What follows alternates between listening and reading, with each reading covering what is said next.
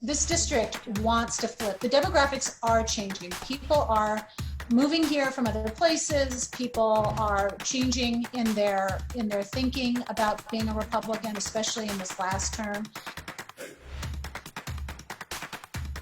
We are not in that time now. We don't need no. We need help. And we need someone that can be thoughtful and empathetic. And that's really not what we have right now. We cannot give up. The level of civic engagement that we're doing now, really, it doesn't end. If we really want to see democracy flourish in Tennessee. Okay, I'm sold. But how do I register to vote? Registering to vote is easy and can be done online, by mail, or in person. In order to vote in an election, your voter registration must be turned in or postmarked no later than 30 days prior. So for the November 3rd, 2020 election, you must register no later than October 3rd.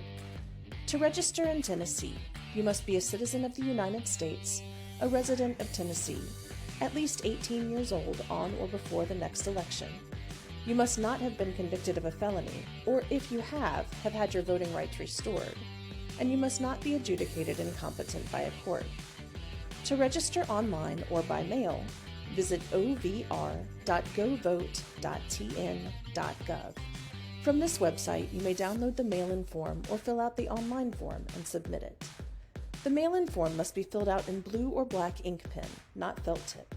Simply fill out boxes 1 through 10, read and answer the voter declaration in box 11, and sign by the X in box 12. Then mail or hand deliver it to your county commission. If you prefer, you may also fill out the form in person at the Election Commission office. If you're qualified and the information on your form is complete, you will be added to the voter rolls and mailed a voter registration card. That card will tell you which voting precinct to use on Election Day, though of course if you choose to early vote, you may utilize any early voting location. Tennessee is ranked 40th in voter registration, with only about 74% of eligible people registered to vote. Even worse, we're ranked 49th in voter turnout, so we aren't so much a red state as a non-voting state. Let's get that turned around. Our guest today is Renee Hoyos, candidate for United States House of Representatives, District 2. Okay, Renee, thanks for coming on the show. And I'll start out. So you earned 2 college degrees from UC Davis.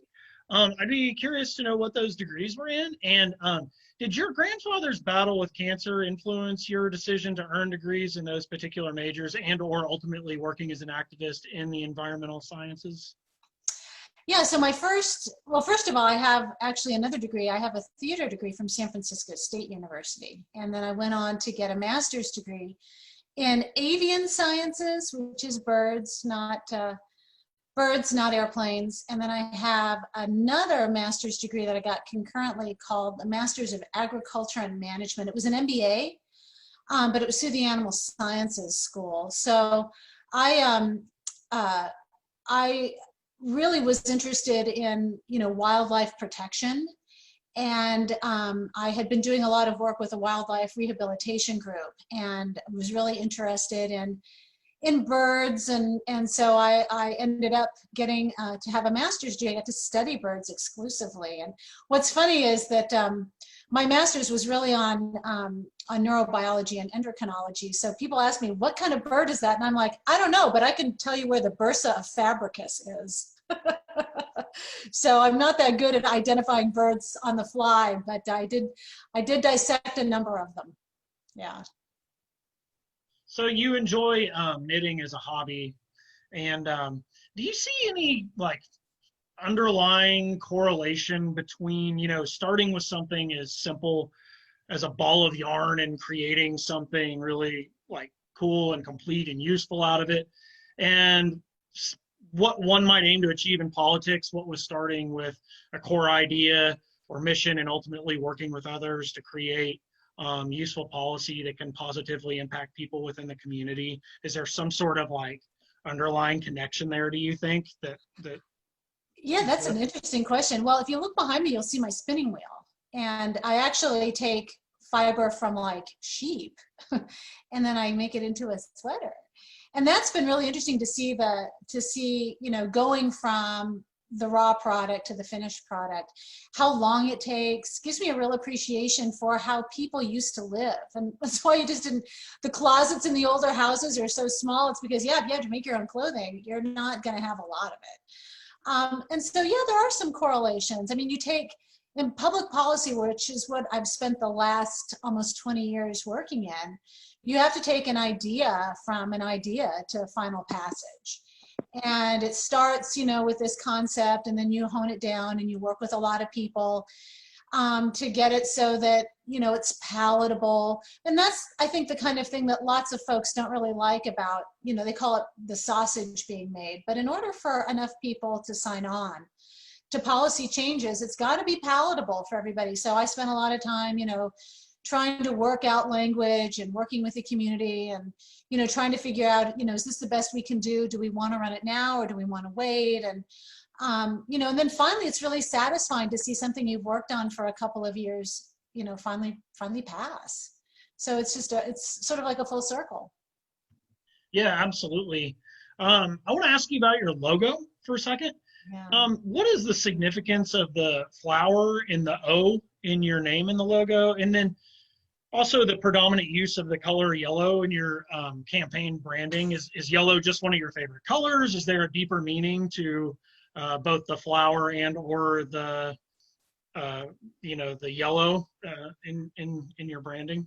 Yeah, so the flower, we you know, the Tennessee was the 36th state to pass the, yeah, it was the perfect 30, yeah, it was the 36th state to ratify the 19th Amendment, giving women the right to vote in this country. And the suffragists used a yellow rose as their flower. And it's actually how they used, what they used to count votes at the legislature.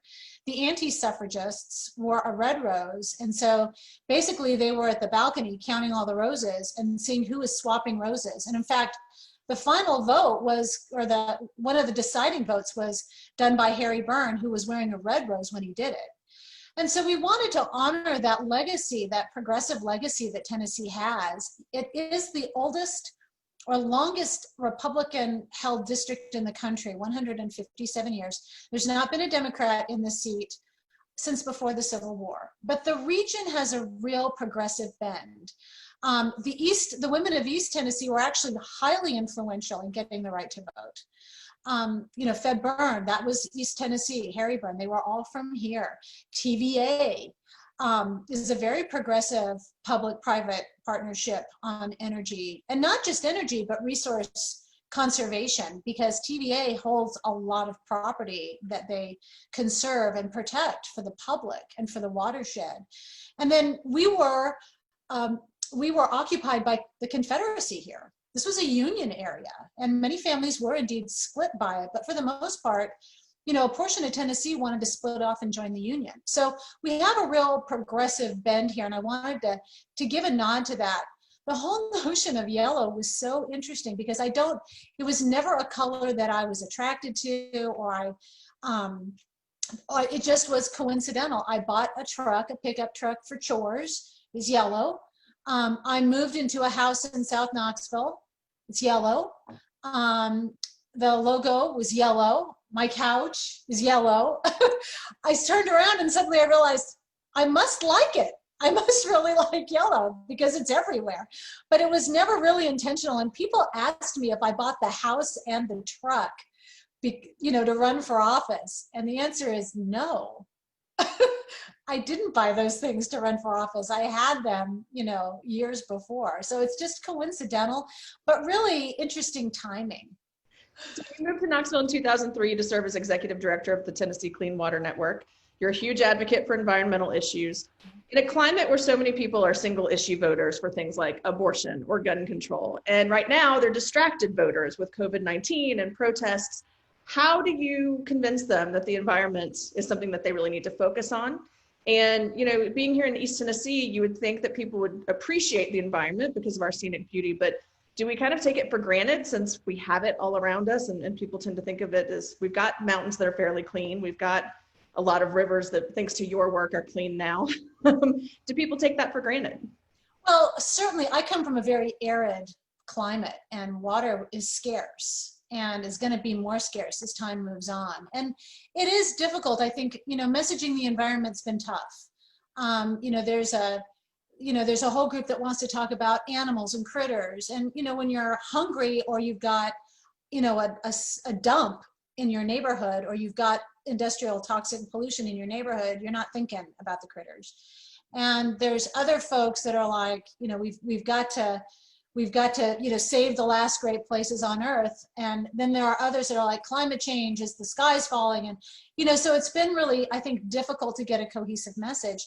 Out here, what I've discovered is a real transition towards, appreciating the environment and wanting to protect it. When I first came here, I'd go into a construction site and it would be a complete mess. Mud everywhere, mud going into the nearby creek, mud in the roads, ponds that were ill constructed to capture the runoff and piled up with mud and overflowing and just terrible. And now I go to construction sites and I'm always really impressed. I mean, some of it isn't, perfect, but it's come a long, long way. And I think that is because people are really taking an interest in preserving, our natural environment and trying to protect our communities from pollution. And I think I've been really heartened in the last few years, sort of the change that I've heard from, I've had developers come to me and be like, I want you to come on my site. And I'd be like, well, you're developing something in town. Is it more than an acre? And they're like, no, it's less than an acre. And I said, then don't worry. And they're like, no, please come and look. So I'd look, and they, what they really wanted was someone to tell them what a great job they had done. And they had done a great job, so I think things have really improved, and people are taking more care. And, we still have environmental issues, but I think people, now that we can't go to dinner and we can't go to concerts, people are going to parks. And there's been a real renewed interest in parks. And, parks is a great gateway for folks that are not really activists, but they get into their park and then they love their park and they want to protect their park. And you can take that and you can expand that out to other issues. And I have to say, Carol Evans, hats off to Carol. She has done an amazing job with the urban, with legacy parks and making sure that we've got good parkland here in the city. Great. So similarly, Medicaid expansion. It's one of those things that people who have health insurance tend to not really care too much about whether Medicaid expansion happens. People who don't have health insurance care very deeply about whether it happens. So how do you get that across? How do you pull on the heartstrings of the people who currently have insurance through a job, who don't really see the need, and get them to understand how important it is to have Medicaid expansion in the state of Tennessee? Well, I think COVID-19 is doing a lot of that work for us. I've talked to many people who have said to me, okay, I get it now. I am willing to really start talking about how we're going to insure everybody. And a lot of folks were really concerned about, well, how does that take away from me? Well, now somebody can walk by you, breathe, and in 2 weeks you'll be on a ventilator. And I think we're starting to understand how important it is that everybody be as healthy as possible. And we've been making this case for a while. When people are healthy, they're contributing into their communities at their highest level. They're going to work. Their children are going to school. They're being productive. So you want that to happen, and it's worth the investment. And I think this virus is really demonstrating how important it is, because now many of us are still, at home, quarantining for the most part. And most people I talk to are like, I'm not leaving the house unless it's for essentials, even now. And so I think people are starting to understand that. And I think we're gonna hopefully have some really good discussions and policy changes so that we can get everybody under some kind of coverage. Because I think everybody having coverage is just better for everybody. And we know that now, the hard way. So the second district's a little over 6% Black and about 4% Hispanic. In order to have the highest probability of winning, you're going to have to maximize voter turnout from everyone, but especially I think people of color. CNN had an article today saying that Tennessee is the one state that's really going backwards in terms of trying to get voter expansion happening. Secretary of State Mike Target has been trying to suppress groups of people from voting, especially people who are not white, from voting. What measures are you taking to talk directly to people, especially people of color, especially in a pandemic when door knocking is a little bit difficult? How are you getting out the vote? How are you going to make sure they show up at the polls? Well, we have ramped up, and we have now almost a team of 40 field organizers and interns, and we are on target to do 1 million calls in this election cycle. And it's going to be, like truly, it's going to be difficult to go out and door knock right now, because I just think it's, we're trying to figure out exactly how dangerous it is. We were told by health officials to please not. But that was, a couple of months ago. I don't know if thinking has changed since, I've spoken to some of the health officials. But I think it's important that we continue to contact and get all of the people in our networks contacting their networks. And it's going to have to be we're going to have to rely on everybody pulling a little bit more than their own weight and making sure everybody that they know is registered and is going to vote in some way, absentee or, going there in person. I was very impressed at Knox County. Knox County Election Commission did an excellent job. They had new technology and a pandemic. And from what I heard, it was fairly smooth sailing, for most folks. I mean, several people said, well, I had to wait, but it wasn't bad. And so I think the election commissions, the local ones, are a little bit more autonomous from the Secretary of State. And I think they're really doing their best to make sure that people have access to voting. But we do need to make sure that people do go out and vote. And in fact, Tennessee has had really poor voter turnout since before all this. And a lot of it was voter suppression tactics. But for example, people tell me, oh, you're running in the heart of Trump country. Well, in 2016, depending on which study you look at, Tennessee was either 49th or 50th in voter turnout. Knox County averaged even less than that. So, everybody that showed up to the polls, maybe, 60% voted for Trump, but there were a lot of people that didn't go. And we really don't know anything about those people. And so for the last year and a half, 2 years, I've been the precinct chair of the Democratic Party, and I've been doing a lot of voter outreach every weekend. For several months, I was registering people in my precinct, and that's actually what we're going to need going forward. We're going to need people to get involved and go out on the weekend and spend 2 hours on a Saturday or a Sunday, and you go out and you knock a few doors and try to get people interested in voting. And it's just going to have to be ongoing all the time. We cannot give up. The level of civic engagement that we're doing now, really, it doesn't end if we really want to see democracy flourish in Tennessee. Yeah, one of the things that I've been telling people a lot lately is we're not so much a red state as we are a non-voting state. And we could completely change the face of this state if people would just show up at the polls. Yeah, and then you could say it's a red state. Exactly. Then we know it's definitely a red state or not. Yeah. That fits nicely with my next question, though. I think you mentioned earlier the District 2 House seat has been held by the GOP and its predecessors since 1857 without interruption. It has a Cook partisan voting rating of R+20, which makes it one of the most Republican districts in the nation. You've got a wildly popular person. I don't know if he's as popular now in his position as he was, but he's been in politics forever, since 1995 here in East Tennessee. So your opponent is a household name around these parts. But you outraised Tim Burchett in the second quarter of this year, and your campaign has a ton of momentum. Still, even without raising him, we've got pundits like Kyle Kondik from Sabato's Crystal Ball who said he just doesn't see a path to Democratic victory in a district like this. Are there some demographic changes here or other changes that lead you to believe that the outcome could be different? Is it just all about voter turnout? And what is your response to people who say there's no path to victory for a Democrat in District 2?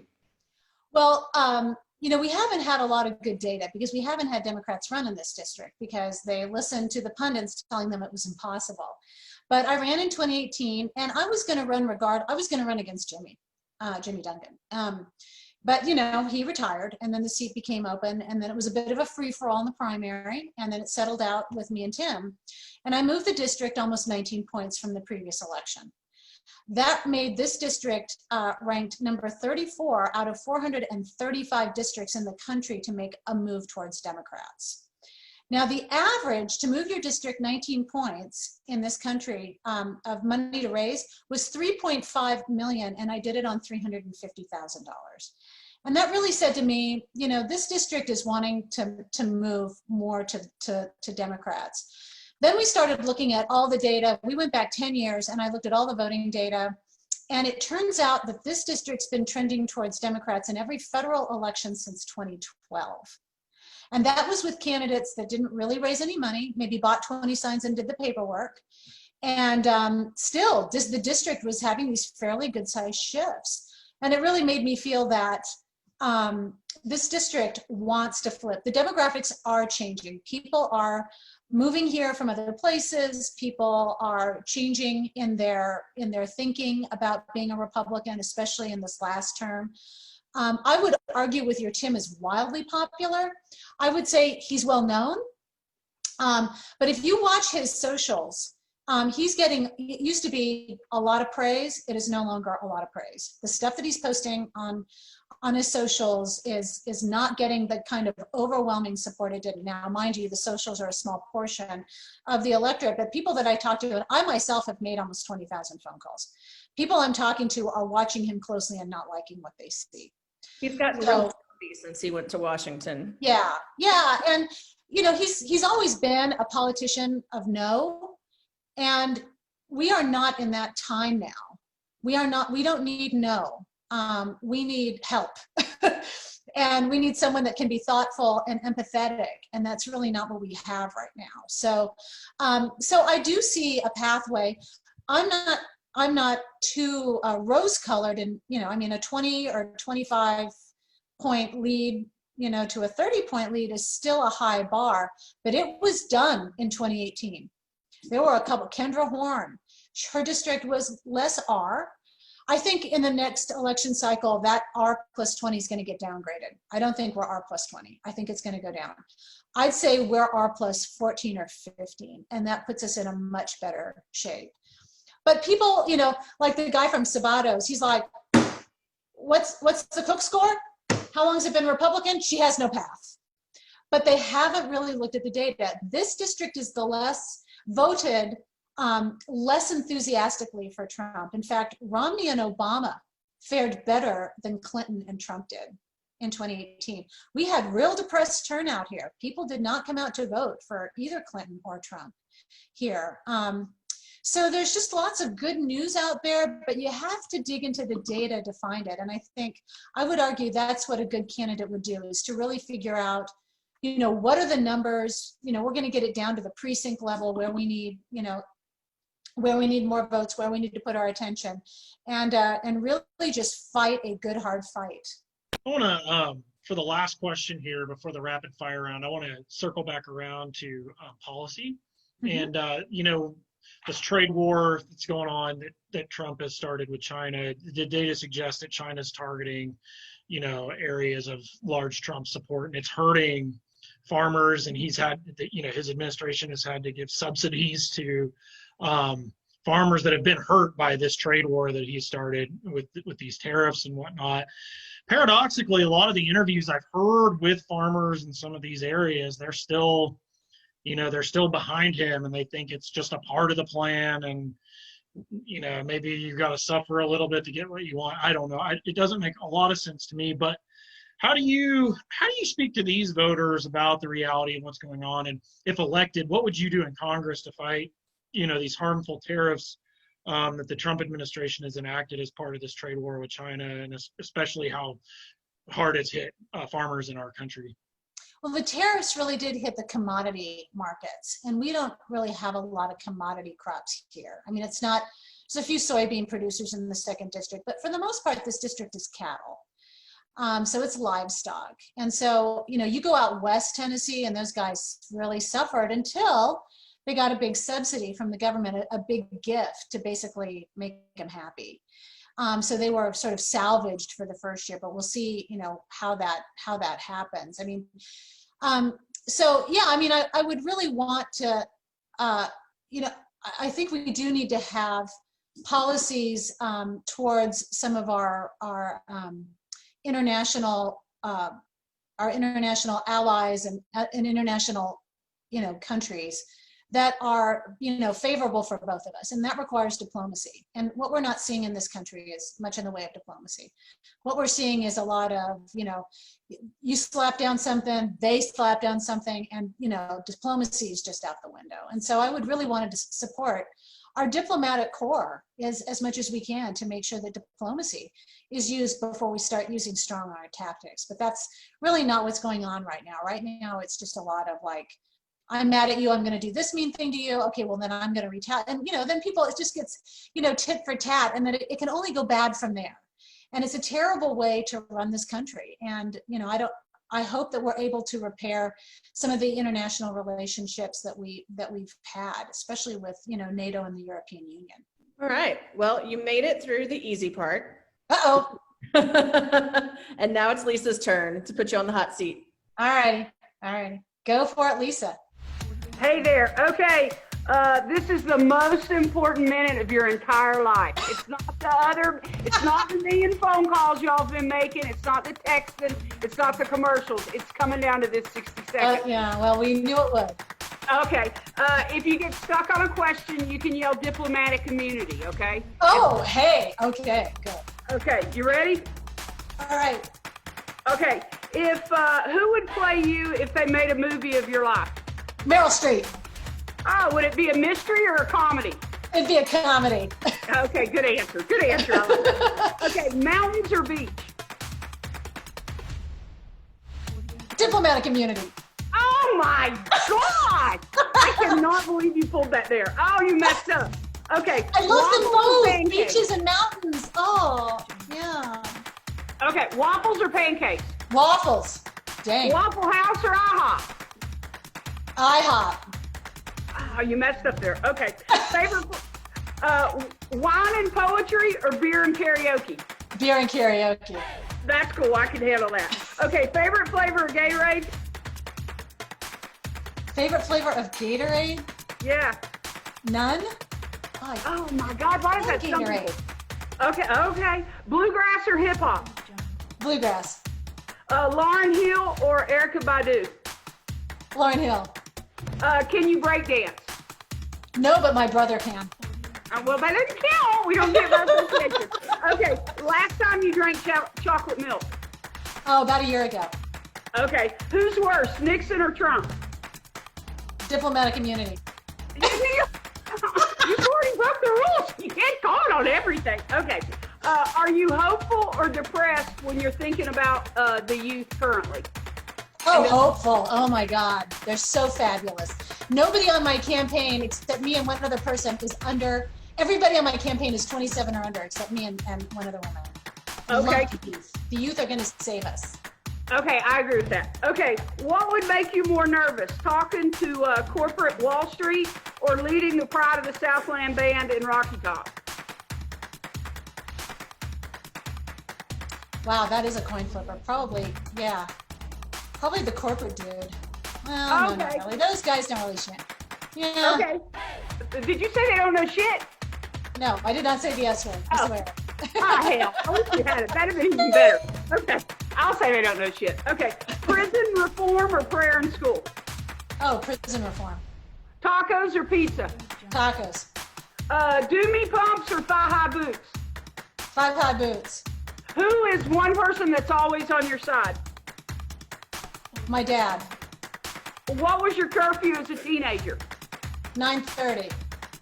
Oh my gosh! That is And strict. you don't even want to start with the curfew. Oh my gosh. Okay, did you break it? All the time. Okay, good for you. What was your favorite job and why? My favorite job. Oh, I was a singing telegram in school, in undergrad. I dressed up like a giant chocolate chip cookie and gave like a baker's dozen, and then she had these vegetable ones. I dressed up like a carrot, and I gave like carrot tops. Okay. It was so much fun.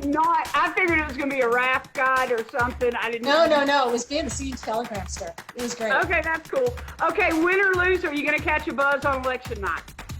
Oh, totally. Okay, cool. You survived it. All right. Woo! Lisa, Good job. thanks. Thanks, you guys. Okay, cool. All right, cool. So Renee, we usually give the person that we're interviewing a chance to say whatever they want to say to end it up. Great. Well, Speech. to you guys, thank you so much for letting me be on your show tonight, and to the listening audience. you know, if there's one thing that I'd like you to take away from my campaign is that I am interested in the well-being of all people. I'm interested in working hard every day to make your lives easier so that you can have the best life you can possibly have.